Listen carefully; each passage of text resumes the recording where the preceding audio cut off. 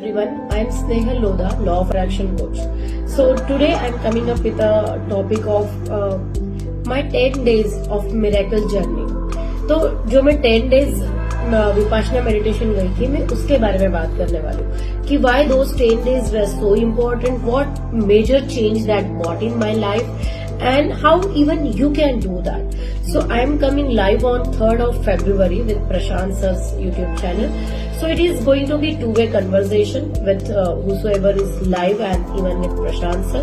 Ki whenever it comes to bringing in changes and knowing what you are exactly, what is helpful is Vipassana meditation and how that is helpful. What is that technique is all about and what are the prerequisites for the same and everything I will discuss about Vipassana meditation.